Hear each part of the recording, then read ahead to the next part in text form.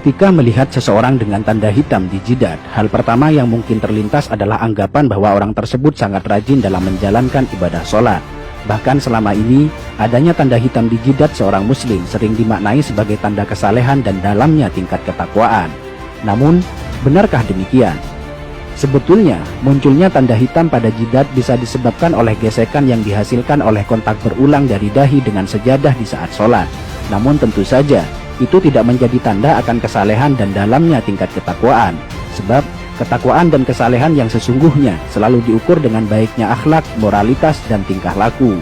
Malahan, adanya tanda hitam di jidat sangat tidak disukai oleh baginda Nabi. Dalam sebuah hadis yang diriwayatkan oleh Anas bin Malik dijelaskan bahwa Rasulullah SAW bersabda yang artinya, "Sungguh, aku marah dan tidak menyukai seorang laki-laki yang ketika aku melihatnya terdapat bekas sujud di antara kedua matanya." Dalam hadis lain yang diriwayatkan oleh Imam Al-Baihaqi dituturkan bahwa Abdullah bin Umar, salah seorang sahabat terkemuka, tidak menyukai adanya bekas hitam pada dahi seorang muslim. Suatu hari, ada seseorang yang datang menemui Ibnu Umar.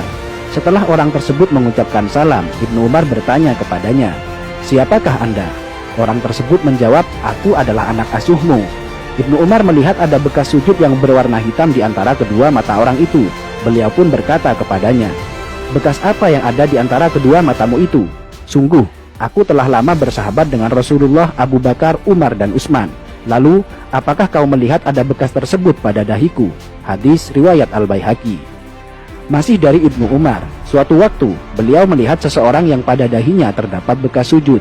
Ibnu Umar berkata, "Wahai hamba Allah, sesungguhnya penampilan seseorang itu terletak pada wajahnya. Karena itu, janganlah engkau memperburuk penampilanmu." Hadis riwayat Al-Baihaqi. Dalam hadis lain dijelaskan bahwa suatu ketika Abu Darda melihat seorang perempuan yang pada wajahnya terdapat kapal seperti kapal yang ada pada seekor kambing. Beliau lantas berkata, "Seandainya bekas itu tidak ada pada dirimu, tentu lebih baik." Hadis riwayat Al-Baihaqi. Dari Humaid bin Abdurrahman, ia berkata, "Aku berada di dekat As-Sa'ib bin Yazid ketika seseorang bernama Az-Zubair bin Suhail bin Abdurrahman bin Auf datang. Melihat kedatangannya, Sa'ib berkata, 'Sungguh dia telah merusak wajahnya. Demi Allah, bekas di dahi itu bukanlah bekas sujud. Demi Allah, aku telah sholat dengan menggunakan wajahku ini selama sekian waktu lamanya. Namun, sujud tidaklah memberi bekas sedikit pun pada wajahku." Hadis riwayat Al-Baihaqi.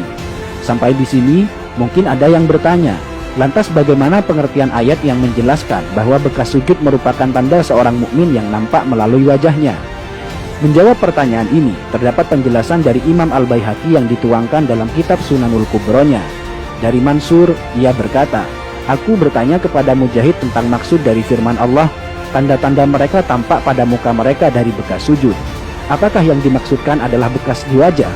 Mujahid menjawab, "Bukan. Bahkan ada orang yang kapalan yang ada di antara kedua matanya bagaikan kapalan yang ada pada lutut unta. Namun, dia adalah orang yang bejat. Tanda yang dimaksudkan adalah kekhusyuan." Hadis riwayat Al-Baihaqi. Bahkan dalam kitab Hasyatus Shawi dijelaskan, bukanlah yang dimaksudkan oleh ayat adalah sebagaimana perbuatan orang-orang bodoh dan suka pamer, yaitu tanda hitam yang ada di dahi, karena hal itu adalah ciri khas dari Khawarij.